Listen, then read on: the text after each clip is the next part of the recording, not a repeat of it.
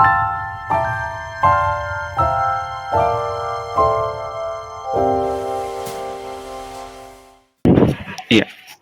Ibu Atin, Ibu Ada Bu Mela ini hadir. Mela, Oke. Baik, saya ulangi. Bismillahirrahmanirrahim. Assalamualaikum warahmatullahi wabarakatuh. Waalaikumsalam warahmatullahi wabarakatuh. Terima kasih atas kehadiran Bapak Ibu dalam kegiatan diseminasi implementasi disiplin positif. Ini adalah sebuah upaya untuk menyebarluaskan sedikit ilmu, pemahaman, dan wawasan saya setelah mengikuti kegiatan program guru penggerak khususnya CGP untuk program rekognisi angkatan 8. Alhamdulillah wa syukurillah di sini telah hadir yang terhormat Kepala Sekolah SMP Negeri 3 Trisi yaitu Ibu Misriah MPD. Terima kasih atas kesediaannya. Saya merasa terhormat dan berbangga Bapak Ibu bisa hadir dalam kesempatan kali ini dan khususnya Ibu Kepala Sekolah ataupun Ibu Misriah bisa ikut turut serta dan membuka kegiatan ini. Baik, Bapak Ibu, salam puji syukur Allah Subhanahu wa Ta'ala atas perkenan rahmat dan karunia-Nya kita bisa diberikan kekuatan, kesehatan untuk melaksanakan berbagai aktivitas dan mengikuti kegiatan ini. Salawat dan salam juga kita tidak lupa curah limpahkan kepada Allah Subhanahu ke Nabi besar Muhammad SAW karena atas tuntunan dan bimbingannya kita diberikan kenikmatan iman dan Islam. Baik, Bapak Ibu, untuk yang pertama sebelum saya memulai presentasi kegiatan kita kali ini, mohon kesediaan pada yang terhormat Ibu Misriah MPD sebagai Kepala Sekolah SMP Negeri 3 Trisi untuk menyampaikan sambutan sekaligus membuka kegiatan ini. Pada yang terhormat Ibu Misriah, saya persilahkan. Ya, terima kasih kepada Pak Silvi Indra Gumilar MPD yang sudah memberikan kesempatan kepada saya selaku pimpinan SMP Negeri 3 Trisi untuk memberikan sambutan tentang diseminasi implementasi budaya positif yang akan nantinya disampaikan oleh pemateri yaitu Pak Silvi Indra MPD selaku guru penggerak rekognisi angkatan ke-8. Selawat serta salam tanpa kita panjatkan kepada kita Nabi besar Nabi Muhammad SAW. Mudah-mudahan dalam kegiatan ini bisa berjalan dengan baik, lancar, dan kita dapat mengambil ilmunya yang bermanfaat yang pada akhirnya dapat kita implementasikan ke dalam dunia pendidikan, khususnya terkait dengan implementasi budaya positif. Beberapa hal yang saya akan sampaikan di sini diantaranya tentang diseminasi implementasi budaya positif. Menurut saya sebagai pimpinan, pentingnya implementasi atau pembiasaan budaya positif di sekolah yang akan dilakukan oleh peserta didik kita itu adalah merupakan salah satu tujuan yang pada dasarnya tujuan itu adalah mengarah kepada nilai-nilai pembentukan nilai-nilai karakter menurut saya. Maka dari itu tentang budaya positif atau pembiasaan hal-hal yang positif tadi sangat perlu dilakukan dalam kegiatan sehari-hari, utamanya kegiatan sehari-hari baik di sekolah maupun bila perlu kegiatan sehari-hari budaya positif di rumah atau lingkungannya. Di sini mungkin saya akan sedikit menyampaikan beberapa hal tentang apa sih kendala anak-anak kita sulit untuk melaksanakan budaya positif, utamanya di sekolah. Beberapa hal yang melatar belakangi anak-anak kita sulit untuk membiasakan kegiatan atau hal-hal yang positif atau budaya positif atau implementasi budaya positif tadi diantaranya adalah mungkin berangkat dari interpersonal dari peserta didik itu sendiri yang pertama. Bagaimana cara guru membangkitkan sebagai orang tua di sekolah agar anak tersebut bisa melakukan hal-hal pembiasaan yang bersifat positif. Tentunya di situ kita tidak boleh melakukan semacam sanksi yang sanksi tersebut membuat anak jera dan akhirnya menjadi a priori terhadap budaya positif tersebut. Maka dari itu, yang pertama yang kita munculkan sebagai seorang pendidik, yang pertama adalah membangkitkan kesadaran dari secara internal dari peserta didik itu sendiri. Tentunya dengan bentuk pembinaan, bentuk nasihat, dengan bentuk bimbingan, dan lain sebagainya. Kemudian yang kedua, tak lepas dari kebiasaan peserta didik ketika berada bersama orang tuanya di rumah. Itu juga sangat berpengaruh terhadap perilaku anak dalam pelaksanaan implementasi budaya positif di sekolah. Karena bagaimanapun juga orang tua juga perlu membimbing, mengarahkan agar anak-anaknya bisa berperilaku positif, bisa berperilaku baik pada saat di rumah. Paling tidak utamanya harus memberi teladan atau contoh sehingga anak-anak kita bisa melaksanakan kebiasaan-kebiasaan positif tadi, baik dimanapun dia berada, mungkin di rumah, di lingkungan sekolah, dan utamanya adalah di mana tempat sekolah itu belajar, anak tersebut belajar. Kemudian hal lain yang perlu diperhatikan dari implementasi budaya positif tadi adalah juga di mana anak didik itu tinggal, lingkungannya, mendukung tidak terhadap sikap atau pembiasaan positif dalam pembentukan karakter tadi. Barangkali itu yang bisa saya sampaikan, serta dari Bapak Ibu guru sebagai orang tua di sekolah, kemudian peran serta dari para orang tua, peran serta dari masyarakat dan lingkungan sekitar sangat-sangat mempengaruhi terbentuknya kebiasaan atau budaya positif di lingkungan sekolah. Tak lupa juga tadi adalah dari pribadi interpersonal dari peserta didik itu, yang tentunya semua itu yang mewarnai adalah baik orang tuanya di rumah maupun Bapak Ibu gurunya sebagai orang tua di sekolah. Harapan saya sebagai pimpinan melalui diseminasi implementasi budaya positif yang dilakukan oleh Bapak Sevi Indra Gumilar MPD ini bisa diterapkan di sekolah sehingga khususnya saya sangat berharap di SMP Negeri 3 Trisi ini terlahir anak-anak kelak melalui implementasi budaya positif, terlahir kelak anak-anak yang inovatif, cerdas, dan berkarakter. Semoga harapan kita bisa terwujud melalui kegiatan salah satunya diseminasi implementasi budaya positif. Barangkali itu saja yang bisa Ibu sampaikan. Terima kasih. Mohon maaf. Saya akhiri bila taufik wal hidayah. Wassalamualaikum warahmatullahi wabarakatuh. Waalaikumsalam warahmatullahi wabarakatuh. Baik, terima kasih banyak pada yang terhormat Ibu Misria atas kesediaannya untuk memberikan sambutan dalam kegiatan ini.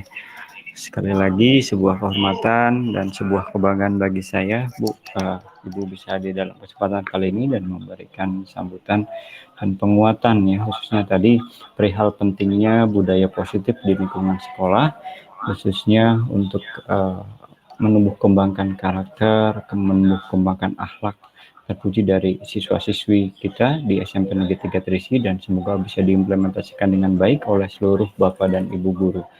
Baik. Amin. Amin ya Rabbal Alamin. Baik Bapak Ibu, mohon izinkan saya untuk memulai presentasi ini, tapi sebelum itu saya punya game sedikit ya Bapak Ibu. Semoga ini bisa menambah keceriaan kegiatan kita dan juga menguji tentang konsentrasi Bapak Ibu. Ini boleh open mic semua ya Bapak Ibu. Amin. Oke, siap Bapak Ibu. Siap. Oke. Ini petunjuknya adalah sebut warna. Ya, sebut warna. Siap buatin nih. Sebut warna. Siap. Nah, kita mengenal warna. Tidak ada yang buta warna kan di sini. Ada merah, hijau, biru, coklat, putih, kuning. Ya, jangan sampai salah nanti menyebutkannya dalam waktu 1 detik. Ketika tayangannya muncul, Ibu harus langsung menjawab. Oke, ini warna Putih. ini warna Hitam. Oke, ini warna Hijau. hijau ya, yang ada dalam bentuk. Ini warna Merah. merah. Ini warna biru. Ini warna Merah. kuning. Biru. Oke, siap Kuning. ya, siap ya. Petunjuknya adalah warna ya, sebut warna. Siap. 1, 2, 3. Hijau. Hijau. Oke, 1, 2, 3. Kuning. Ada yang nyebut putih Kuning. tadi ya. 1, 2, 3. Putih. Iya, ini ada jeda penyebutannya. Coba langsung cepat. 1, 2, 3. Coklat. Iya, betul. Ini Biru. iya, Loading, Pak. loading. Biru. Putih. Oke, siap. Hijau. Biru. Biru. Itu biru. Oke, siap. 1, 2, 3. Merah. Putih. Telat kan nyebut putih. Putih. Siap. 1, 2, 3. Biru. Merah. Kuning. Oke. Hijau. Ini Ungu. Coklat. Pink. Coklat. iya. Oke, Biru. konsentrasi ya. Ini semuanya Kuning. Merah.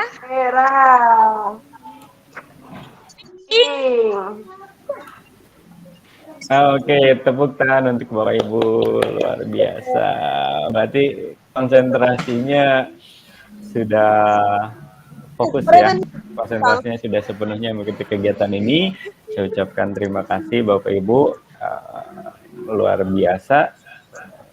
Bapak Ibu, saya harap bisa mengikuti kegiatan ini dengan baik. Untuk seterusnya, saya akan menampilkan sebuah presentasi utama Bapak Ibu tentang implementasi budaya positif di lingkungan SMP Negeri 3 Trisi. Oke, sebentar ya Bapak Ibu. Mohon izin saya share kembali.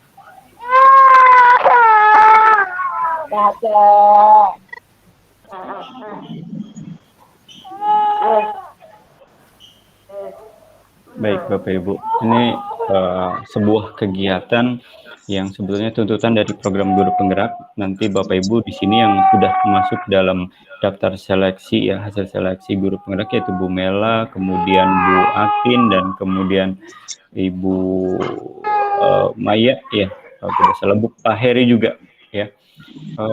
Nanti harus siap sedia, nanti ada kegiatan untuk melakukan diseminasi sama seperti saya, implementasi budaya positif apa yang sudah dilakukan di sekolah. Dan ini harus diterapkan kemudian disampaikan kepada Bapak Ibu guru rekan yang lain, implementasi apa saja yang sudah dilakukan di sekolah dan seperti apa bentuk implementasinya, dan juga pemahaman tentang budaya positif itu sendiri. Baik Bapak Ibu, ini adalah sebuah upaya untuk merubah paradigma pemikiran kita selama ini bahwa ada hal yang keliru yang kita pahami selama ini. Saya juga baru memahaminya ataupun baru tersadar setelah saya ikut dalam kegiatan guru penggerak ini, tercerahkan gitu ya. Saya tercerahkan dan alhamdulillah sedikit demi sedikit saya berupaya untuk berubah dan mengimplementasikannya di SMP Negeri 3 Trisi. Sebentar, Bapak Ibu.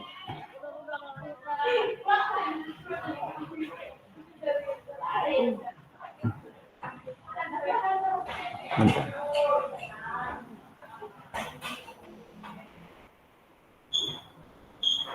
Oke.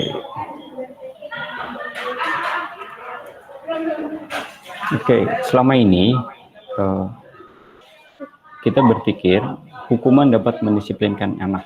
Kemudian pemberikan hukuman dengan hal positif seperti membaca, kemudian membersihkan halaman sekolah itu dapat meningkatkan disiplin anak. Kemudian memberikan penghargaan dapat meningkatkan motivasi belajar anak. Menurut Bapak Ibu setuju nggak? Bapak Ibu setuju nggak dengan hal ini? Gitu. Silakan bisa tulis di kolom chat ya, setuju atau tidak dengan. Gimana sih? Ada 3 buah pertanyaan. Ini merupakan pertanyaan pemantik untuk merubah paradigma kita. Yang pertama adalah hukuman dapat mendisiplinkan anak. Setiap hari kita misalnya menemukan anak yang bermasalah, anak yang nakal, anak yang bandel dan lain sebagainya. Apakah Bapak Ibu setuju bahwa hukuman itu dapat mendisiplinkan anak? Apakah Bapak Ibu setuju kalau misalnya ada anak nakal sekalipun misalnya terlambat, kemudian kita suruh membersihkan halaman sekolah? Dan diharapkan itu setelahnya anak-anak berubah gitu. Jadi lebih disiplin. Apakah Bapak Ibu setuju? Kemudian ketika ada anak dapat prestasi ataupun misalnya anak mendapat ranking tertentu, kita berikan penghargaan. Apa Bapak Ibu setuju? Itu dapat meningkatkan motivasi belajar anak. Oke, sudah ada yang menuliskan di kolom chat, ada yang setuju dan ada yang kurang setuju. Baik Bapak Ibu. Ini nanti akan kita pahami lebih mendalam di bagian sebelumnya. Untuk sebagai perubahan paradigma kita dan untuk lebih menyadarkan kita coba melakukan simulasi kegiatan kepalan tangan Bapak Ibu. Kalau misalnya ada 2 orang, ya, ada di sebelah Bapak Ibu ada orang yang lain, Ibu A misalnya dan rekan di sebelah Bapak Ibu adalah B. Kemudian sobeklah sebuah kertas kecil, kemudian tuliskan suatu barang berharga yang bagi Anda itu sangat berarti. Letakkan di satu tangan, kemudian dengan segala upaya minta teman Anda untuk mengambilnya. Gitu.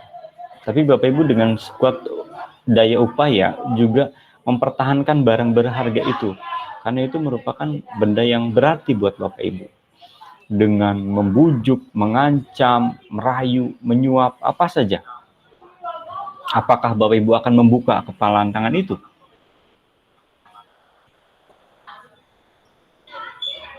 Nah, ini adalah simulasi ya yang menyadarkan kita.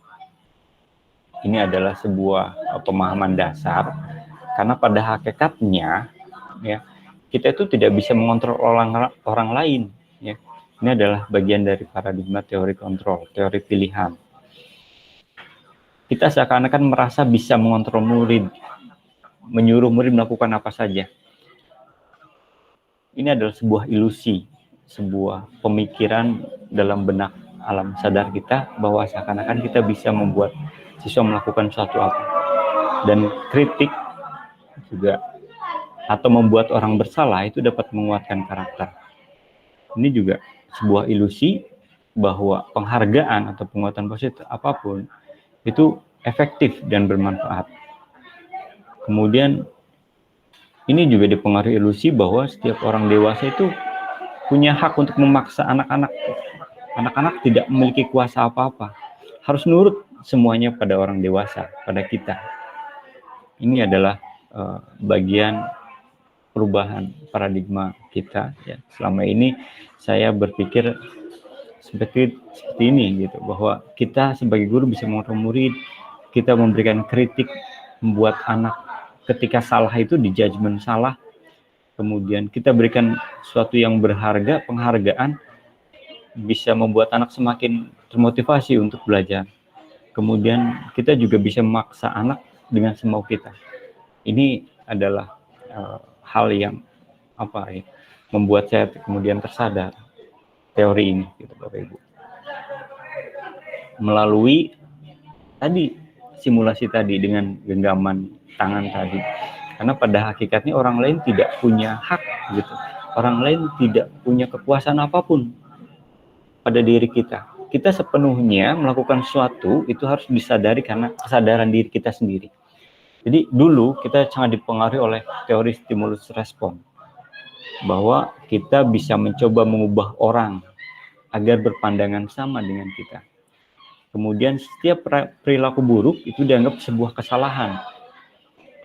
Saya bisa mengontrol orang lain bisa mengontrol saya. Kemudian pemaksaan, ya ada pemaksaan. Pada saat ketika kita membujuk anak dan itu tidak bisa, maka kita paksa. Kemudian kita selalu berpikir dia menang, kita kalah, atau sebaliknya. Nah, dalam teori yang terbaru, teori kontrol atau teori kendali, ya, bahwa ada pilihan loh. Kita itu berusaha memahami pandangan orang lain tentang dunia. Nanti kita mempelajari empati, kita menempatkan diri pada orang lain. Kemudian setiap perilaku itu ada alasannya, ada tujuannya. Dan yang terpenting bahwa hanya orang itu yang bisa mengontrol diri sendiri. Orang lain tidak bisa. Jadi seorang atau diri kita itu hanya kita yang mengendalikan. Kita tidak bisa mengontrol orang lain. Kita hanya bisa menyadarkannya atau kita bisa membuat motivasinya tergerak agar dia melakukan sesuatu. Kemudian kolaborasi atau konsensus menciptakan pilihan-pilihan baru. Nanti ada konsekuensi apa yang harus ditanggung, itu harus dipikirkan bersama. Ada model berpikir menang-menang. Jadi ada kompromi. Ketika melakukan sesuatu harus dua-duanya enak, sama-sama nyaman, sama-sama tenang. Itu dasar dari teori kontrol, ya, teori pilihan. Baik, Bapak Ibu, kita masuk pada pemahaman tentang disiplin positif. Saya coba menerapkan ini di lingkungan sekolah. Saya coba untuk meredam emosi setiap bertemu siswa ataupun melihat siswa melakukan sesuatu yang salah. Kita tidak coba untuk terpancing emosi, tapi kita coba untuk memahami apa permasalahannya dan membuat siswa tergerak, motivasinya. Kemudian siswa untuk tersadar dan melakukan sesuatu itu bukan karena paksaan dari kita, tapi karena kesadaran dirinya sendiri. Tujuannya adalah agar sikap dan perilaku disiplin itu didorong oleh motivasi yang bersifat pribadi atau kesadaran diri. Bukan karena harus diancam, ditakuti, atau hukuman, karena ini tidak nyaman. Saya merasakan diri saya sendiri, atau Bapak Ibu juga mungkin ya pikirkan sendiri bahwa diancam, ditakuti, atau suatu saat akan dihukum, bahkan hadiah atau penghargaan juga itu tidak berarti dibandingkan dengan kita tergerak karena diri kita sendiri. Oke, sebetulnya makna disiplin itu bukan kepatuhan, tapi dari murid-murid Socrates dan Plato di Yunani, bahwa ini berasal dari kata disiplina yang artinya belajar. Jadi disiplin diri itu membuat orang menggali potensi menuju sebuah tujuan apa yang dia hargai. Tapi lambat laun, kelama-lamaan itu berubah dalam konteks pemahaman orang Indonesia ataupun masyarakat pada umumnya. Disiplin itu adalah sesuatu yang dilakukan seorang pada orang lain untuk mendapatkan kepatuhan. Jadi kecenderungan umumnya disiplin itu tidak nyaman karena keterpaksaan, bukan apa yang kita hargai, bukan kesadaran kita untuk mencapai sebuah tujuan. Harus menuruti, terpaksa, dan lain sebagainya. Itu kecenderungan makna disiplin, ya.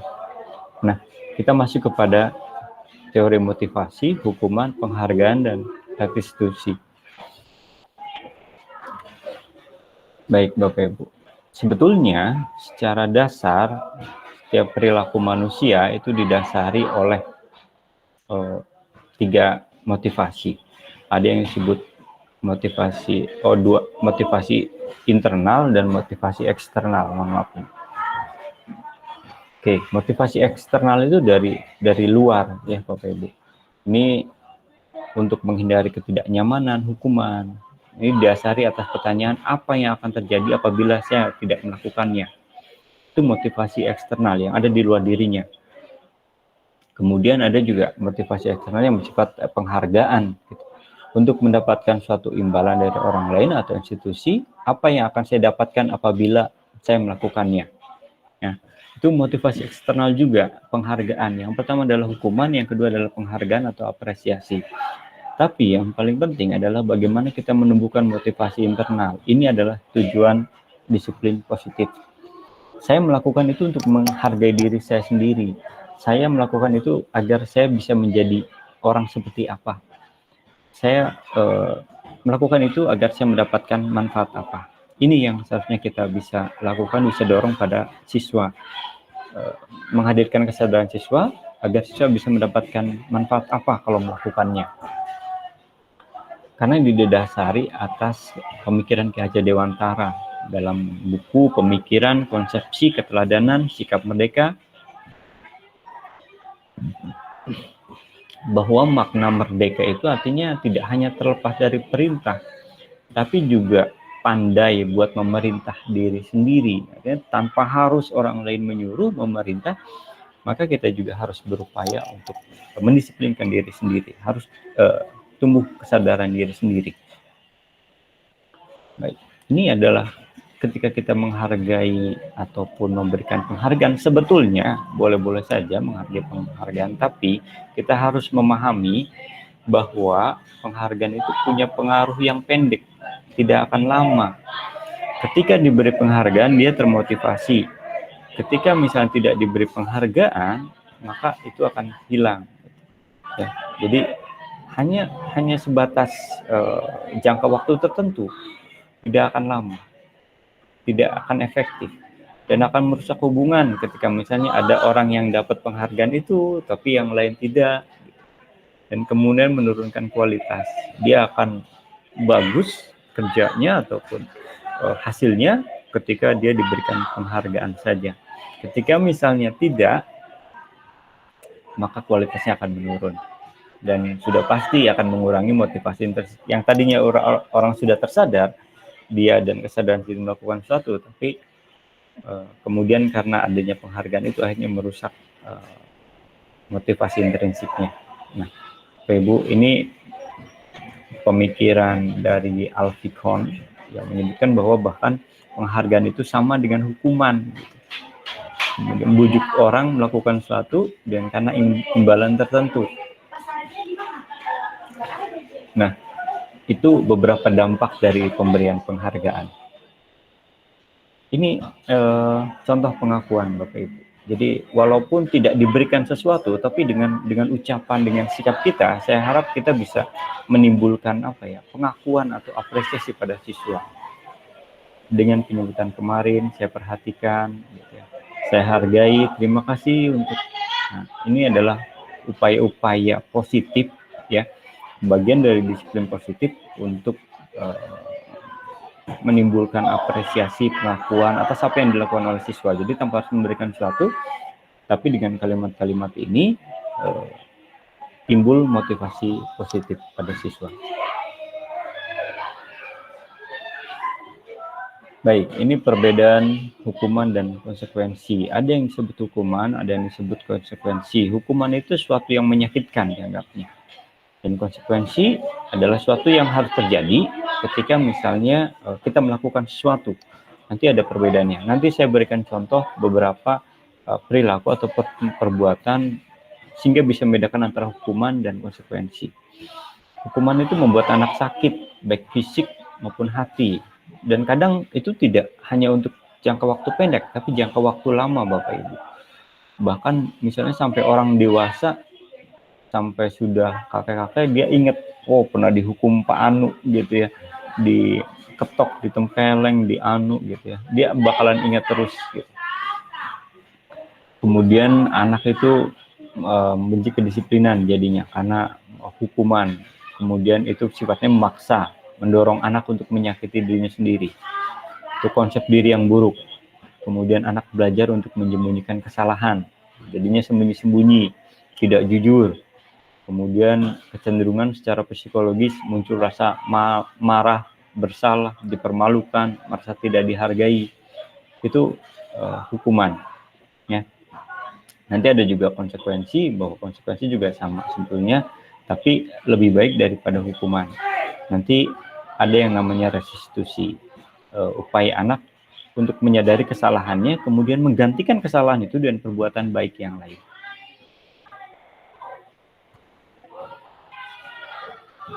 Baik Bapak Ibu, kita coba. Ini adalah tindakan guru yang mungkin beberapa diantaranya pernah kita lakukan. Misalnya contoh, mencatat 100 kali dalam buku kalimat saya tidak akan terlambat lagi karena terlambat sekolah. Ini hukuman atau konsekuensi Bapak Ibu. Apakah ketika anak itu menuliskan 100 kali kalimat dalam buku tidak akan terlambat lagi, dia tidak akan terlambat? Silakan bisa tulis di kolom chat. Kemudian lari mengelilingi lapangan basket 2 kali karena terlambat tadi di sekolah. Murid diminta untuk push up 15 kali karena tidak menggunakan masker ke sekolah. Misalnya. Kemudian menggantikan kertas tugas teman yang telah dicoret-coret. Bersihkan tumpahan air di meja tulis karena tersenggol pada saat belajar. Murid disuruh tidak mengenakan sepatu seharian karena tidak mengenakan sepatu hitam. Lari mengelilingi lapangan basket 2 kali karena terlambat 10 menit untuk pelajaran PJOK. Ini beberapa contoh ya perbedaan antara hukuman dan juga konsekuensi. Baik Bapak Ibu, ini kunci jawabannya. Ternyata mencatat 100 kali dalam buku kalimat itu hukuman. Tidak ada korelasinya antara terlambat dengan mencatat buku. Aku terlambat, tidak akan terlambat lagi. Gitu. Ini yang disebut hukuman itu kadang tidak ada korelasinya antara perbuatan yang dilakukan dengan apa yang harus dilakukan siswa untuk menebus kesalahannya. Gitu. Mengelilingi basket 2 kali juga sama hukuman. Tidak ada korelasinya. Kemudian murid diminta push up 15 kali karena tidak menggunakan masker juga sama hukuman. Nah, konsekuensi itu kadang ada perbedaannya, ada hubungannya. Ketika misalnya buku temannya dicoret-coret, maka dia harus mengganti kertas tugas temannya yang dicoret-coret. Itu perbedaannya dengan hukuman. Jadi konsekuensi itu relatif dekat antara kesalahan yang dilakukan oleh orang tersebut dengan apa yang harus dilakukannya. Membersihkan tumpahan air di meja tulis karena tersenggol pada saat belajar juga itu adalah sebuah konsekuensi. Jadi kita diarahkan untuk mengarahkan hukuman itu pada atau hal yang dilakukan siswa itu kesalahannya pada konsekuensi. Mengelilingi lapangan basket 2 kali karena terlambat 10 menit untuk pelajaran PJOK juga adalah sebuah konsekuensi ya. Karena dalam pelajaran PJOK kan juga harus ada larinya, jadi ada korelasinya. Baik Bapak Ibu, sekarang kita mengenali apa itu restitusi. Restitusi adalah proses menciptakan kondisi bagi murid untuk memperbaiki kesalahannya, sehingga mereka bisa kembali pada kelompok dengan karakter yang lebih kuat. Restitusi adalah juga merupakan proses kolaboratif yang mengajarkan murid untuk mencari solusi masalah mereka dan membantu murid berpikir tentang orang seperti apa yang mereka ingini dan bagaimana mereka harus memperlakukan orang lain. Jadi nanti di akhir saya akan tunjukkan beberapa video ya dan juga praktik restitusi yang sudah saya lakukan dan ini juga sudah saya upload di YouTube. Ya, betul Bu. Ketika siswa melakukan satu kesalahan, dia harus tahu konsekuensinya apa. Tapi sebelum itu, siswa dibuat lebih sadar ya tentang kesalahannya dan untuk memperbaiki kesalahan itu juga jangan dari kita, tapi upayakan anak bisa bertanggung jawab dengan kesalahannya tersebut. Oke, ini ciri-ciri restitusi. Ya, 1, bukan untuk menebus kesalahan, tapi belajar dari kesalahan. 2, memperbaiki hubungan. 3, ini adalah sebuah tawaran, kompromi, bukan paksaan.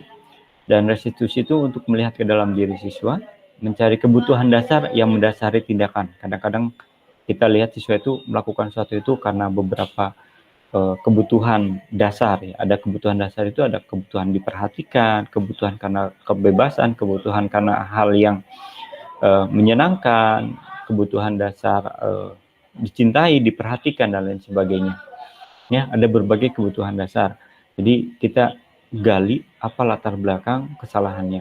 Kemudian restitusi itu adalah cara yang dianggap paling baik. Kemudian fokus pada karakter bukan tindakan, dan dianggap fokus pada solusi.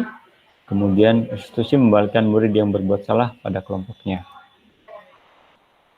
Nah, ini adalah konsekuensi bentuk perbedaan hukuman, konsekuensi, dan restitusi ya.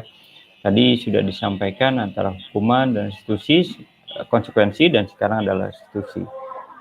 Jadi nanti diharapkan restitusi itu jadi pilihan, menguatkan murid dalam waktu jangka panjang. Jadi tidak hanya pada saat itu, tapi diharapkan dia berubah untuk jangka waktu yang panjang.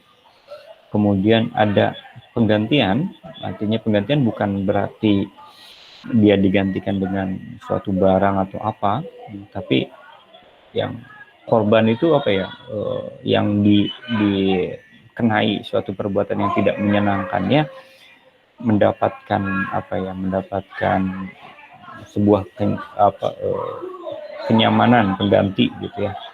Kemudian murid ataupun siswa mendapatkan penguatan, masalah terpecahkan, murid bertanggung jawab untuk perilakunya, fokus pada pemecahan masalah dalam jangka waktu panjang. Contohnya, ini adalah kalimat-kalimatnya. Peraturannya adalah kamu harus, itu hukuman. Kemudian apa peraturannya? Mampukah kamu melakukannya? Nah, itu adalah bentuk konsekuensi. Nah, kalau restitusi, apa yang kamu yakini, apa yang kamu lakukan untuk memperbaiki masalah ini. Jadi, dibangun kesadaran itu dari siswa sendiri. Oke, keyakinan kelas dan kesepakatan belajar. Saya coba di 3 kelas A, B, C, D untuk membuat sebuah kesepakatan belajar. Pada saat kegiatan belajar saya, siswa dilarang hadir, bukan dilarang ya, diharapkan hadir tepat waktu. Dan ini karena kalimat-kalimat ini memang beberapa dari saya, tapi beberapa juga dari siswa. Dan kemudian, apakah kalian setuju? Setuju. Ada yang tidak setuju, silakan tuliskan. Kemudian siswa juga dipersilakan untuk menuliskan sendiri apabila ada hal-hal yang menurut mereka itu perlu dicantumkan. Contohnya, anak menuliskan dilarang tidak merusak barang-barang di kelas. Sebetulnya ada perbedaan antara kesepakatan kelas dan kesepakatan belajar. Kesepakatan belajar hanya untuk pada pelajaran saya, kesepakatan kelas mungkin juga bisa dibuat oleh Bapak Ibu Wali kelas untuk diterapkan di kelasnya masing-masing. Kemudian kita buat persetujuan ataupun komitmen dari seluruh siswa. Artinya siswa melakukan tanda tangan atau cap jempol atau apa, kemudian ditempelkan di kelas masing-masing, dan itu menandakan komitmen kelas. Ya. Dan ada baiknya juga ada konsekuensinya mungkin. Ketika misalnya ada siswa yang melanggar atau melakukan sesuatu, apa konsekuensinya, dan itu harus disepakati oleh bersama. Kemarin juga ada yang menuliskan dilarang pakai make up di kelas gitu ya. Tapi anak perempuannya nggak setuju gitu ya. Akhirnya dihapus lagi. Kemudian anak laki-lakinya juga menuliskan, anak perempuannya menuliskan dilarang bermain bola misalnya di kelas. Anaknya yang laki-lakinya nggak setuju. Gitu. Akhirnya dihapus lagi. Itu kemarin agak lama juga untuk proses hingga sampai disepakati hanya 9 ini. Nah, ini mengapa penting yang diawali dari pemahaman kita terlebih dahulu. Untuk Bapak Ibu, ya kita mulai dari kesepakatan belajar, kemudian berkembang menjadi kesepakatan kelas di tingkat wali kelas masing-masing. Kemudian ini bisa diharapkan bisa melahirkan sebuah lingkungan yang positif ya, dan akhirnya semuanya, semua warga sekolah, lingkungan, pendidikan kita itu bisa menumbuhkan budaya-budaya positif yang baik. Dan ini untuk mendukung timbulnya motivasi intrinsik, keyakinan-keyakinan yang didasari atas kesepakatan bersama, yang diharapkan dapat lebih menggerakkan seorang gitu ya, dibandingkan dengan peraturan-peraturan yang kita buat gitu, yang pada akhirnya hanya sebuah retorika belaka, dan itu nanti kemudian secara sengaja oleh siswa dilanggar. Baik, Bapak Ibu, ini contoh keyakinan kelas ya. Keyakinan kelas itu lebih umum. Kalau yang kesepakatan itu sebetulnya lebih teknis ya, seperti tadi kesepakatan belajar, kesepakatan kelas ya. Ini ada yang sebut keyakinan kelas. Keyakinan kelas nanti lebih apa ya? Lebih bernilai secara universal. Ini sebetulnya yang sebelah kanan itu adalah sebuah keyakinan kelas. Kami guru dan murid saling menyayangi, itu adalah keyakinan kelas. Ya, kesepakatan kelasnya misalnya datang tepat waktu, mengucapkan salam. Nanti mungkin di keyakinan kelasnya adalah komitmen bersama terhadap waktu misalnya. Itu adalah keyakinan kelas. Jadi sebetulnya ada perbedaan antara kesepakatan kelas, kesepakatan belajar, dan keyakinan kelas. Oke, ini contoh antara peraturan dan keyakinan kelas. Ini ada pembedanya. Kalau peraturan itu selalu memerintah, ya, memerintah melakukan suatu larangan, negasi, kemudian sebuah aturan dan mengandung hukuman. Oke. Selalu kembalikan buku ke tempatnya, dilarang mengganggu orang lain. Tapi keyakinan kelas lebih umum dan bernilai positif. Jika kita lihat dari kalimat-kalimatnya atau komponen-komponennya ketika disebut, kenapa disebut budaya positif? Karena memang secara redaksi ya ini selalu bernilai positif ya. Dalam psikologi komunikasi bahkan ada anggapan kita tidak boleh mengatakan tidak, tapi, namun, agar bisa membuat image aura positif, maka selalu harus menggunakan kata-kata yang positif, tidak menggunakan jangan, dilarang, dan lain sebagainya ya, betul. Oke. Kita coba untuk sadari diri kita sendiri dalam 5 posisi kontrol ya Bapak Ibu. Nanti saya tunjukkan beberapa kalimat yang menunjukkan posisi kontrol kita selama ini ada di mana. Ini kemarin dalam kegiatan pemberian materi oleh instruktur, saya disadarkan oleh 5 posisi kontrol kita selama ini.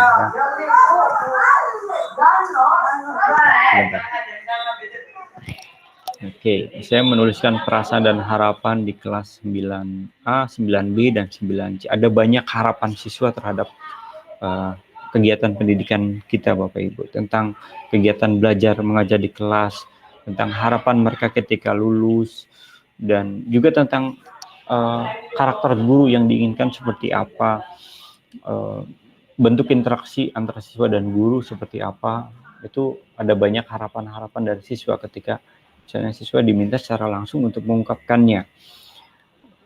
Ini tidak dituliskan namanya siapa, kemudian secara spesifik bagaimana, tapi memang secara umum. Dan ada banyak hal yang membuat kita tercerahkan Bapak Ibu. Oke, jadi sebetulnya ada 5 posisi kontrol. Yang pertama adalah si penghukum. Kita coba untuk merefleksi diri kita sendiri, apakah kita ada di posisi si penghukum. Kemudian yang kedua adalah si pembuat orang merasa bersalah. Kemudian ada lagi yang si teman, ya, si pemantau, dan si manajer. Itu 5 posisi kontrol. Nah, untuk si penghukum ini seringkali kita menghardik, menunjuk, menyakiti, menyindir. Itu berarti kita guru yang juga berkarakter si penghukum. Guru akan mengatakan, awas ya kamu, kalau tidak melakukan, awas kamu rasakan. Nah, itu posisi guru yang si penghukum ya, dalam teori posisi kontrol ini katanya. Kemudian kalau misalnya hasilnya anak mungkin akan memberontak, kemudian menyalahkan orang lain, berbohong ya. Kemudian murid akan berkata, biarkan saja, nanti juga marah-marah lagi. Dan dampaknya pada murid akan mengulangi kesalahan yang sama gitu ya. Dia hanya akan takut ketika ada si penghukum itu. Kalau nggak ada ya dia bakalan takut. Kemudian ada orang yang seringkali membuat orang rasa bersalah ya. Seharusnya atau ibu kecewa gitu ya. Kita mengungkapkan hal macam itu membuat orang rasa bersalah. Kamu seharusnya tahu ibu capek, ibu stres gitu ya. Nah, itu masih dalam konteks yang juga menghukum orang ya. Maafkan, saya merasa rendah diri dampaknya pada murid. Ini dua ini sebaiknya kita hindari. Dulu ya, sebelum ada materi ini juga saya sering kali gitu ya, secara tidak sadar melakukan hal-hal semacam ini gitu ya. Kita refleksi diri kita sendiri, seringkali tanpa sadar kita melakukan hal ini. Tidak hanya di sekolah gitu ya, tapi di rumah juga yang tanpa sadar kita mengatakan hal semacam ini yang sebetulnya secara psikologis ini berdampak negatif untuk siswa.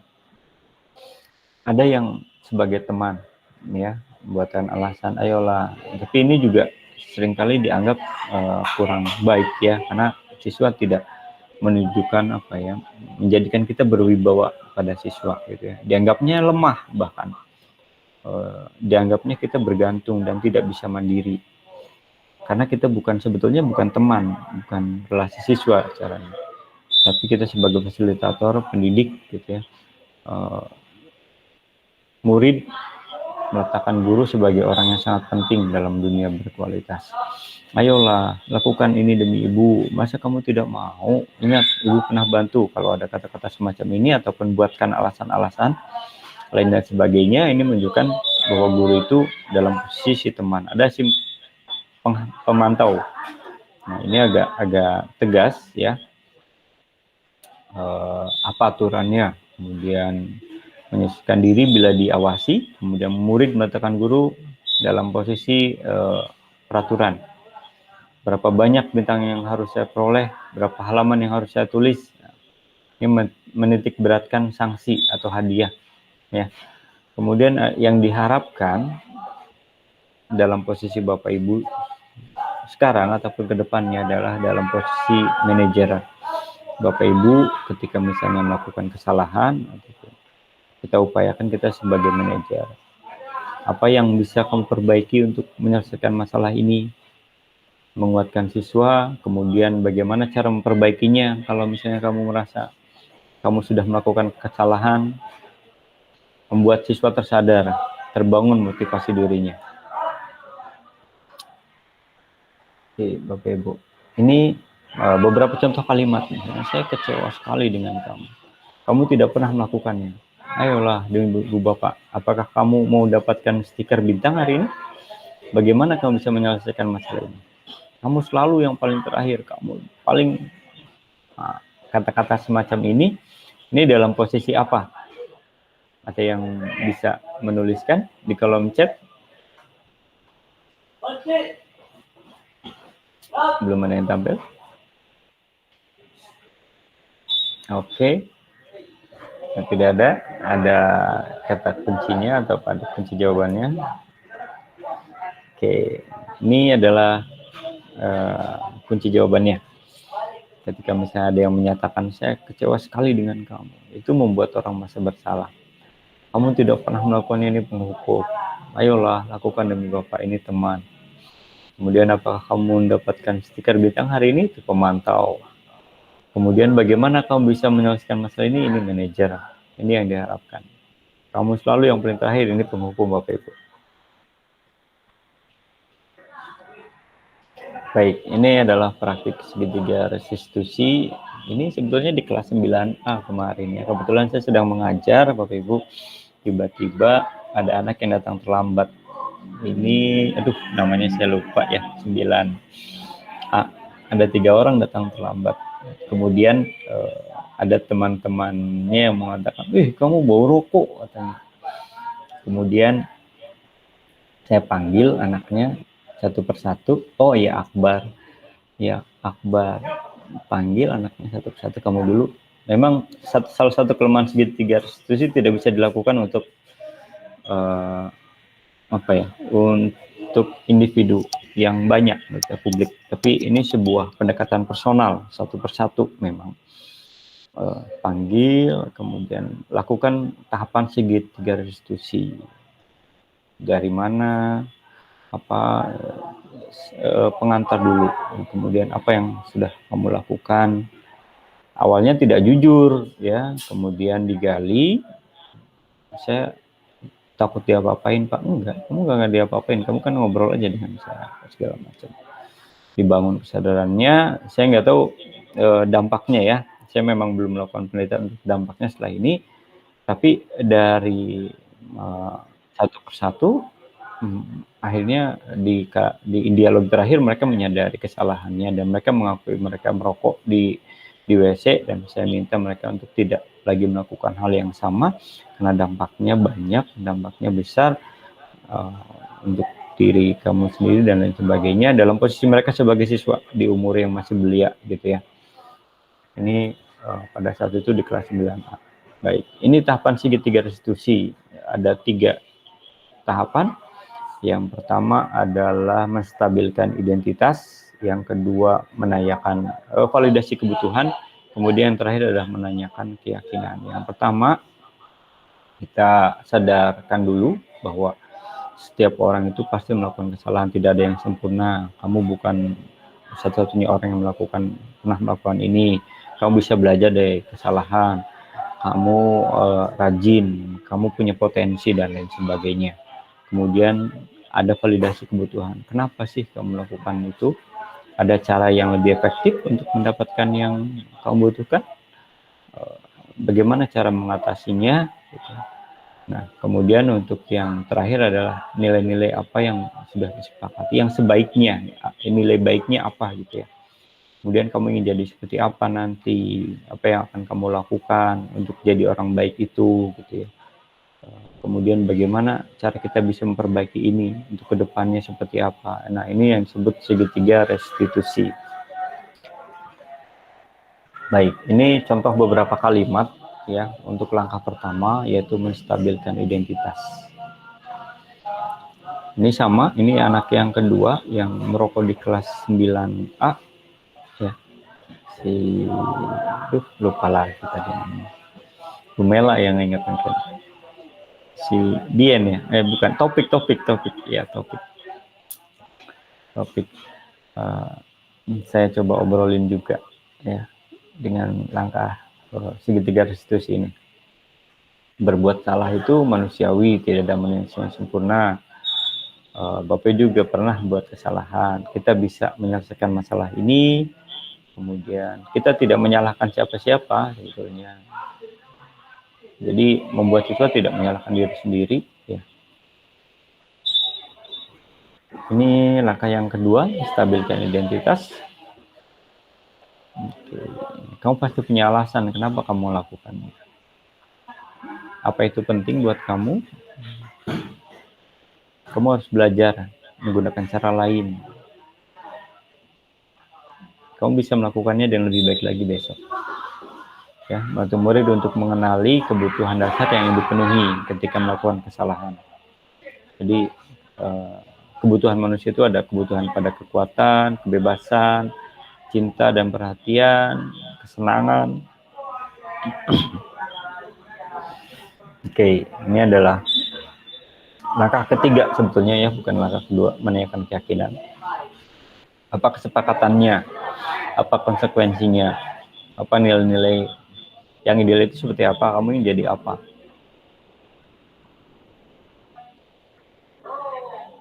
Baik, Bapak Ibu, ini sebetulnya kasus skenario kasus juga yang pernah saya unggah di YouTube ya, Bapak Ibu, di YouTube dan juga di tugas guru penggerak diminta untuk membuat skenario kasus ya, contoh kasus dan contoh penyelesaian kasus gitu ya, dengan menggunakan teori segitiga restitusi. Dan ada seorang siswa yang tertidur saat belajar, kemudian sering tertidur, kemudian menciptakan ketidaknyamanan bagi guru dan teman-temannya, dan kemudian bagaimana caranya untuk mengatasinya. Ada tahapan menstabilkan identitas dulu gitu ya, ada tahapan ini dialog antara guru dan siswanya. Oke, ini langkah kedua, validasi tindakan yang salah. Kemudian ini tahap ketiga, yaitu menanyakan keyakinan. Nah, ini siswa yang buat gaduh di kelas saat belajar ya. Jadi sama tahapannya, stabilkan identitas, dipanggil dulu anaknya, kenapa kamu, saya ingin bicara dengan kamu, saya paham bahwa setiap orang melakukan kesalahan, apa alasannya, bisa kita mencari cara yang lain biar kamu gak gaduh gitu. Oke. Ini validasi tindakan yang salah. Siswanya merasa bosan dengan pelajaran, kadang ingin main-main dan ingin mendapat perhatian dari teman yang lain.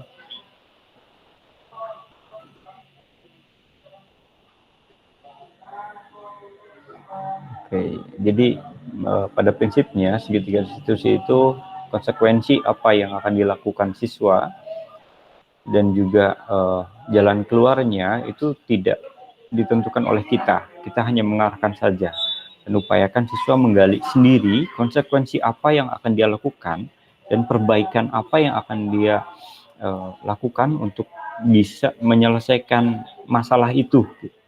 Itu konsep utama dari segitiga restitusi.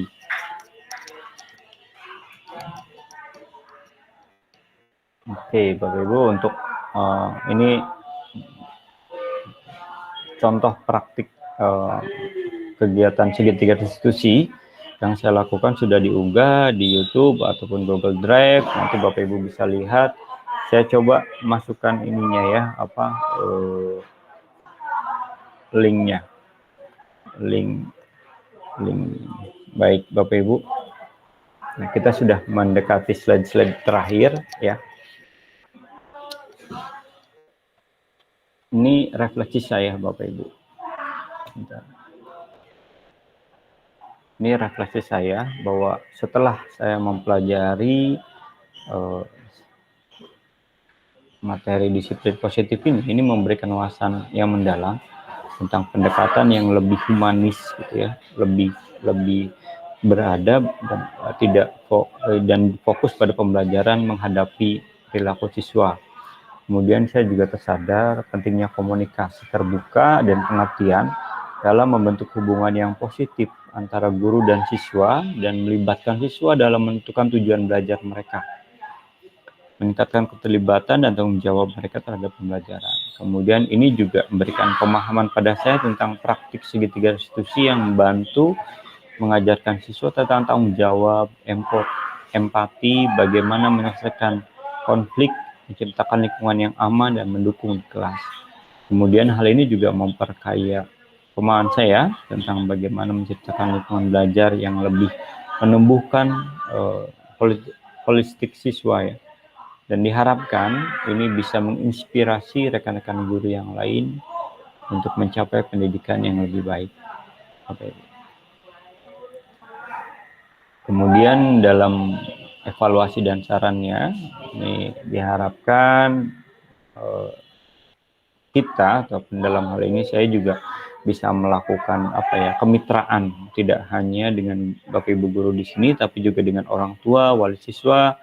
Kemudian mungkin suatu saat nanti kita bisa mengadakan pertemuan berkala ya, Bapak Ibu wali kelas siswa yang bermasalah bisa melakukan janjian kapan bertemu setiap periode tertentu untuk berkomunikasi tentang perkembangan siswanya. Jadi ketika siswa tidak hanya pada saat siswa nakal aja, tapi lebih lebih terpantau siswa tersebut sehingga dapat mengantisipasi permasalahan-permasalahan yang timbul.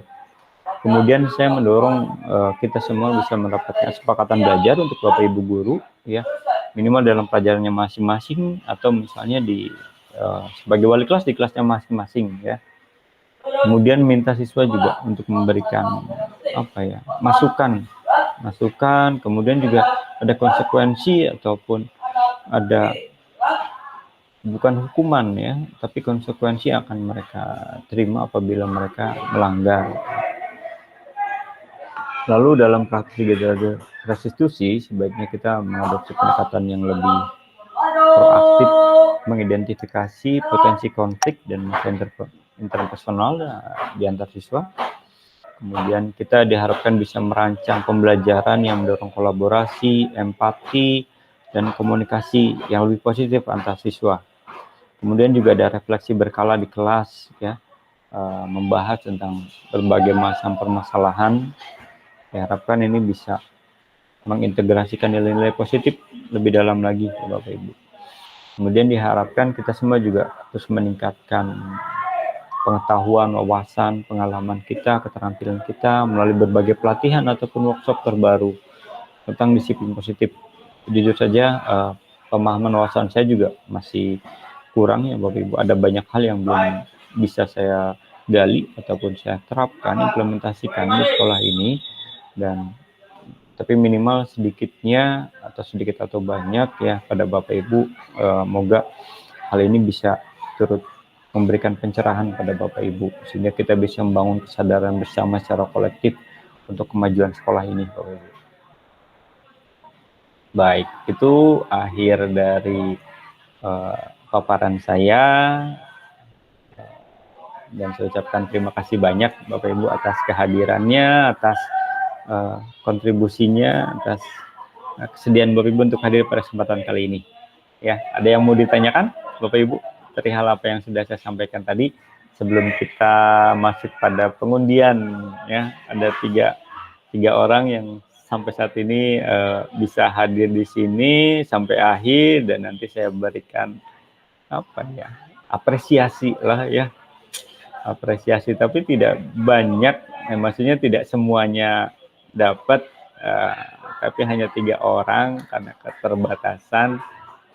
Mohon maaf, nanti saya tanyakan dulu nih, siapa ada yang mau hal yang ditanyakan, Bapak Ibu? Silakan, bisa secara langsung atau di kolom chat. Mangga, Pak Heri. Ada?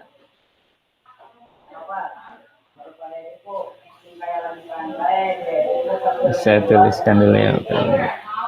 Ada yang mau ditanyakan? Silakan sambil ini ya. Sambil menunggu pertanyaan dari Bapak Ibu, saya tuliskan untuk siapa-siapa aja yang hadir, kemudian saya ini ya, saya tuliskan untuk undiannya ya Bapak Ibu. Nanti saya kirim kuotanya Bapak Ibu. Sebentar, apa bisa tampil Bapak Ibu untuk ininya? Oke, saya lihat dulu.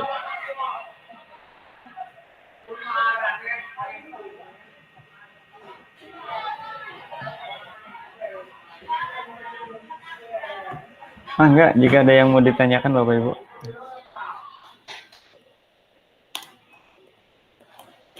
Ada enggak? Tadi Bu Rida, ada yang mau ditanyakan?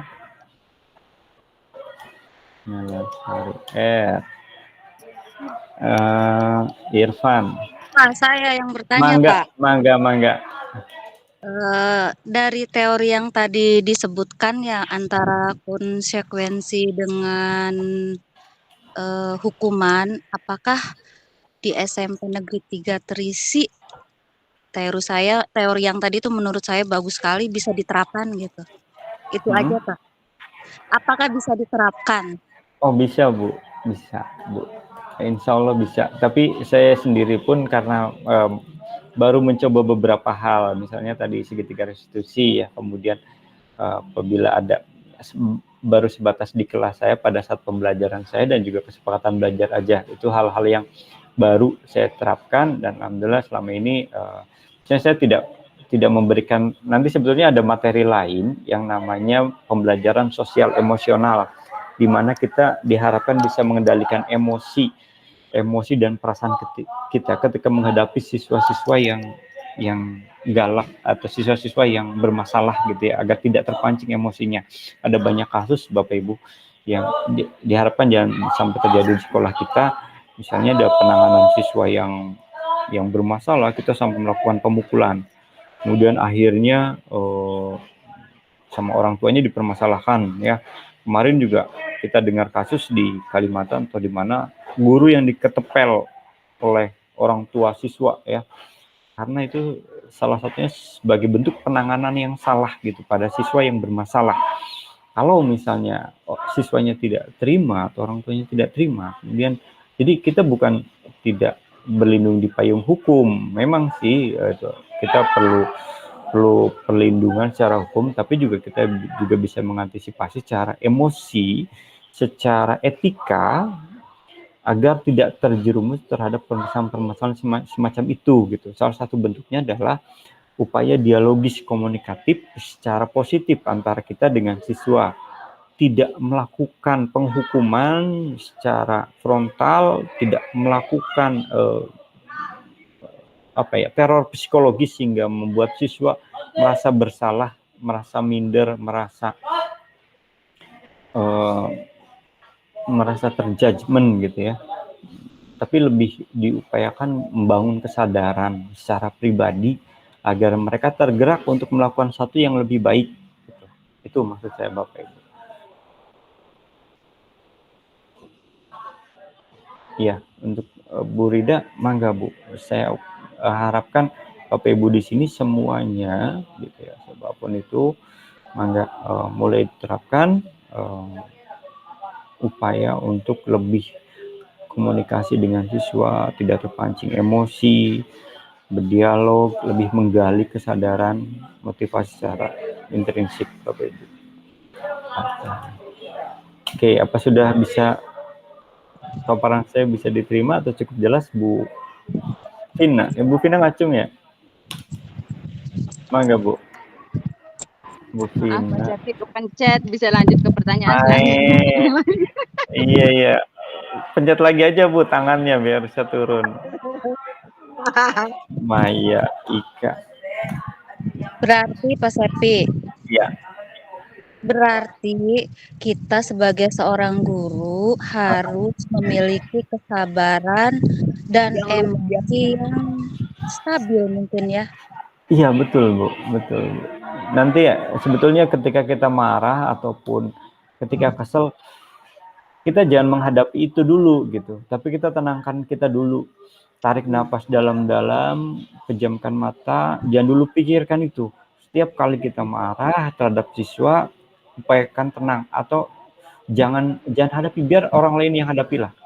Biar orang lain yang nangani. Karena ketika kita terus menghadapi siswa yang bermasalah itu, emosi kita lebih besar lagi nanti. Kita dikhawatirkan tidak bisa mengontrol emosi itu gitu. Baik, serahkan ke orang lain. Mohon maaf, saya sedang tinggi emosinya, tolong tanganin dulu kalau bisa gitu.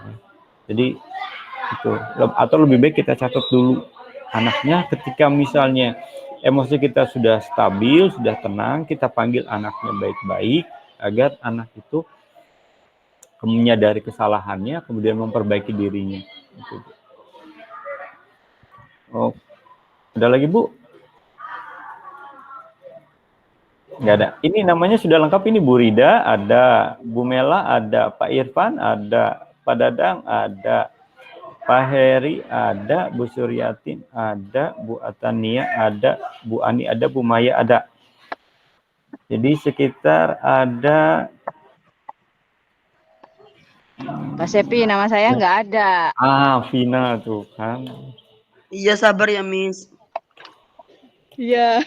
1, 2, 3, 4, 5, 6, 7, 8, 9, 10 ya. 10. Harusnya ada lagi. Siapa lagi yang belum? Pak Sepi mau bertanya dong. Ya, mangga. Assalamualaikum warahmatullahi wabarakatuh. Waalaikumsalam warahmatullahi wabarakatuh. Kebetulan saya sebagai wali kelas ya Pak ya, pernah menjumpai kasus seperti ini. Salah satunya adalah pada siswa perempuan saya. Dia pernah mengalami ketidaknyamanan di kelas tuh Pak. Karena dia hampir menyeleweng ke arah yang tidak benar. Kemudian sama teman-temannya diejek-ejekin, body shaming. Kurang lebihnya seperti itu sih. Nah, kemudian setelah itu dia kayak seolah-olah tertekan, nangis, terus diem aja, tapi lebih ke media sosial gitu tuh, Pak. Jadi dia ngupload sesuatu yang tidak benar gitu tuh, tidak tidak etis lah di Mhm. WhatsApp-nya. Nah, kemudian saya panggil, saya melakukan pendekatan pribadi ya, maksudnya face to face, saya omongin dia. Ternyata tuh memang benar salah satu faktornya adalah broken home. Mhm. Orang tuanya ya sudah harmonis. Nah, apakah kasus seperti itu sudah termasuk, dalam teori yang tadi tuh, Pak? Maksudnya Mhm. perlu perlu pendekatan yang secara pribadi, kemudian kesabaran yang luar biasa sebagai sayanya nih, kemudian tidak kemudian ikut, ngalir di dunianya dia dulu gitu tuh, Pak. Mhm. Mengikuti alurnya dia bercerita, apakah seperti itu salah satu, apa namanya, cara penanganannya supaya dia betah di kelas lagi, kemudian ceria lagi. Mhm. Awalnya memang dia tuh sering murung, beberapa pelajaran sering dia jarang masuk karena ya kayak gitu, karena mungkin merasa minder. Mhm. Jadi setelah setelah saya panggil dia secara face to face, dia ceritakan semuanya sampai nangis, sampai ya mungkin Pak Sebi juga menjumpai pada waktu itu ketika saya ngobrol, ketika jam kosong, saya panggil dia, dia awalnya merasa keras karena memang teman-temannya tuh banyak yang jahil, banyak yang ngata-ngatain. Nah, Mhm. apakah dengan seperti itu cukup berhasil atau adanya perlu peningkatan lagi sebagai sayanya nih, Pak? Ya, udah, Batin, putus-putus tadi terakhir. Iya, ini perlu perlu apakah perlu penanganan yang lain lagi gitu tuh, Pak, agar anak tersebut lebih Iya. Lihat sekarang siswanya seperti apa, Bu? sekarang alhamdulillah lumayan ceria. Hmm. Iya. Artinya Di iya, saya kurang tahu kalau di lingkungan sekolah alhamdulillah dia sudah mulai lumayan betah. artinya pendekatan Ibu Iya, Atin secara personal itu berhasil. mmm, Nah, saya sarankan Ibu juga koordinasi untuk mengetahui bagaimana kondisi dia di rumah ataupun di lingkungannya, Ibu koordinasi dengan orang tuanya atau teman-temannya. Kemudian restitusi ini untuk menggali atau menyelesaikan masalah tentang kesalahan yang dilakukan oleh siswa. Jadi baiknya ya agar tidak lagi terjadi hal macam itu, gitu ya. Ibu telusuri siapa yang membuat dia sampai seperti itu, gitu ya. Nah, kemudian diupayakan disadarkan atau bukan berarti menyalahkan, tapi menggali permasalahan kenapa siswa melakukan semacam itu, kemudian pada akhirnya diberikan nasihat, wejangan sehingga dia tersadar kalau memang itu dia betul-betul melakukan kesalahan ya, karena di medsos harus ada buktinya juga gitu, harus kita telusuri secara mendalam. Dan setelah itu berjanji tidak melakukannya lagi gitu kan, tidak mengulang kesalahan yang sama, ataupun kalaupun bisa ada restitusi timbal balik kepada korban tadi, hingga korban itu misalnya dibuat lebih nyaman, misalnya minta maaf atau berteman atau apa yang diinginkan oleh si korban agar bisa bisa apa ya, bisa tergantikan perasaan sakitnya gitu, atau yang awalnya dia terluka ataupun tersakiti ataupun tersindir dan lain sebagainya, apa yang bisa membuat dia ceria lagi itu bisa digali di korbannya gitu. Itu, Bu. Terima kasih Pak Sapi. Yuk, sama-sama. Ada Bu Wiwi baru masuk nih.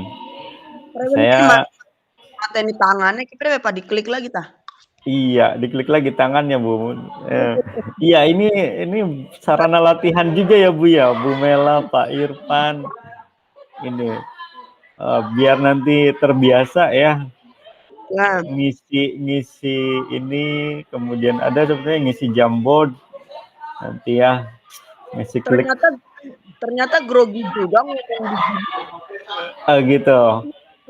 Ibu udah nyoba ini background. Belum Coba Pak. background ya. Nanti masuk ruang bor. Oke. Bapak Ibu udah pukul 16.15 ya.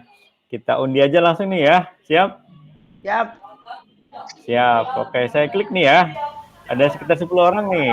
Nanti 3 orang dapat kotak. Ini apresiasi aja ya Bapak Ibu. Untuk yang Bapak Ibu yang tidak dapat, saya ucapkan terima kasih banyak ya. Nanti ya bukan berarti saya mengistimewakan beberapa orang ini, tapi ini betul-betul diundi, tidak ada rekayasa dari saya, hanya sebagai apa ya, ada rezeki yang saya bagikan untuk para ibu. Hanya 3 orang yang memang sedihnya. Nanti kalau ada rezeki yang lain dalam kesempatan yang lain nanti saya berikan yang lainnya. Siap?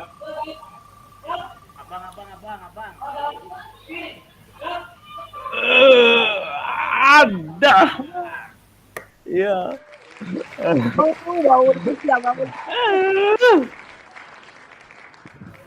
Selamat Dahirwan. Abang dapatnya kuning ini. Nggak butuh dia. Nggak butuh. Cuman keberuntungan lagi memihak Pak Irfan. Oke, Pak Irfan 1. Bentar beta Pak Ipan nganggo kita. Siap. Selanjutnya ya Bapak Ibu ya. Ini yang kedua nih.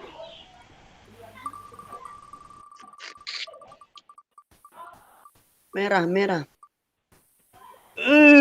Kuning lagi.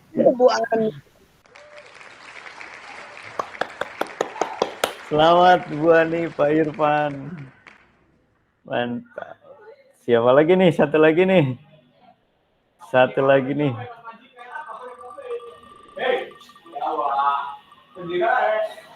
Ada kuning lagi. Dadang Rida. Kok ada 2 sih? Dadang Rida. Oh, saya salah nulis ya? Dadang Trijatmika, Dadang Rida. Oke, Pak Dadang ini. Kalau Bu Rida ada Rida Farida ya? Oke, Pak Dadang ternyata yang beruntung. Pak Dadangnya ada nggak sih? Pak Dadang? Nggak ada suaranya dari tadi. Pak Dadangnya turu. Lah. Sing langka madu ulangi be maning. Tidak berlaku yang terus. Nggak ada suaranya ya. Oke, khusus beberapa orang tadi yang bertanya juga akan. Oh, aku nggak ada Pak Sepi. Bu Bina kan ada ini yang kuning. Bu Wiwik dong. Suryatin. Bu Wi baru masuk. Bu Suryatin dan Bu Rida tadi yang udah bertanya ya. Sip. Berarti total ada 5 orang ya. Udah. Oke, Bapak. Dapat. Sip. Baik, Bapak Ibu, ada yang lagi yang ditanyakan? Sudah cukup. Tidak ada.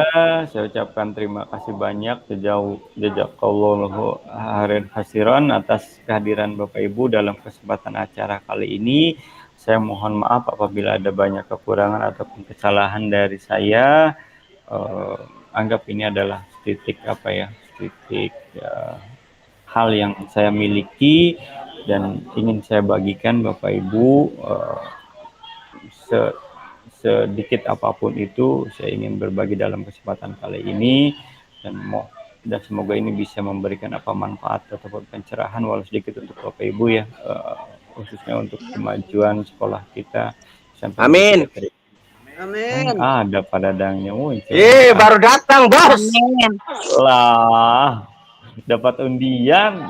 Wah, rezeki pirang giga kudu Pak Irfan. Orang berlaku. Aku sih nggak utek sama orang berlaku.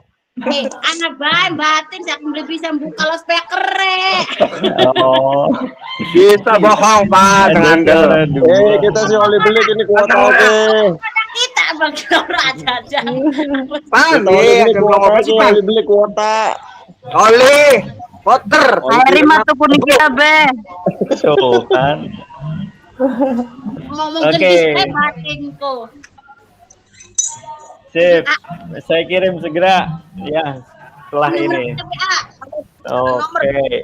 Nomornya Pak, saya ada delete ya. SL Pak, simpati bae Pak. Oh, simpati. Aduh, udah. Kalem ngomong kalem tak terbanyak. Oke, nomornya. Bapak kita kedinggapan jaluk kuota saya sebagai adik para Aduh. cantik. Pak Dadang, Pak Irfan. Koloran Mbak kudu Dadang. Priwen. Koloran Mbak anu ngejum ku. Pak Dadang, Pak Irfan tuh siapa lagi tuh? Tadi Pak Irfan, Pak Dadang, terus Bu Ani. oh Bu Ani, ya lupa. Duh, hampir aja lupa. Oke, sip. Matur suwun sangat Bapak Ibu. Acaranya ada yang mau disampaikan lagi? Terima kasih untuk ilmunya sore ini Pak Sepi. Oke, sami-sami Bapak Ibu. Kalau bisa mah Pak Sami-sami. Sepi agak malaman ke Pak Sepi. Wah, agak malaman mah acara lain. Pak Sepi, iya jangan sore atau siang Pak Sepi sibuk ngunjal beras. Sip. Oh, nian. Ya wik ya. Wik. Iya, Nanti, ngunjal beras kita. Nanti, Intinya Mak. mah agak malaman jam 8 gitu. Oke, Biar oke. kitanya agak rileks gitu. Sip. Jangan Sepi waktunya video call sayangnya. Tuh Love kan. Ten. Tuh kan. Itu mah nanti dalam kegiatan yang lain nih. Ya, nanti yang ngisi buatin, bukan saya. Buatin Bu Mela, Pak Heri ya nanti yang ngisi. Iya, siap sedia ya. Oke, saya akhiri. Terima kasih Bapak Ibu sekali lagi. Terima kasih. Wassalamualaikum warahmatullahi wabarakatuh. Waalaikumsalam warahmatullahi wabarakatuh. Sip. Ini ada reaksi nih, buatin. Ini tahu nggak tepuk tangan, jempol apa segala macam tahu? Ada tuh. Sip. Saya nggak tahu Pak gimana caranya. Ada yang gambar emoticon. Titik 3 di pojok. Di Ada pojok. logo. Nah, Di logo. iya. Oke. Setelan. Heeh. Oh iya tahu. Ya, nah, oke. Biar kapan-kapan kalau rapat nggak bisa ketemu, bisa lewat jarak jauh begini. Siap. Oke, sip. Terima kasih. Saya akhiri ya. Saya tutup ya. Ya. Terima kasih. Dadah. Kapan-kapan ketemu lagi. Yo. Besok. Oh iya, besok. Aduh, knock-outin ya. Ayo lagi. Ya wes. Ini udah direkam nih ya. Aduh, lagi. Monggo bisa langsung keluar, klik tanda yang merah. Red siapa? Ya, tanda yang merah. Tutup telepon. Nah, ya. Oke. Ya, monggo, terima kasih banyak Bapak Ibu.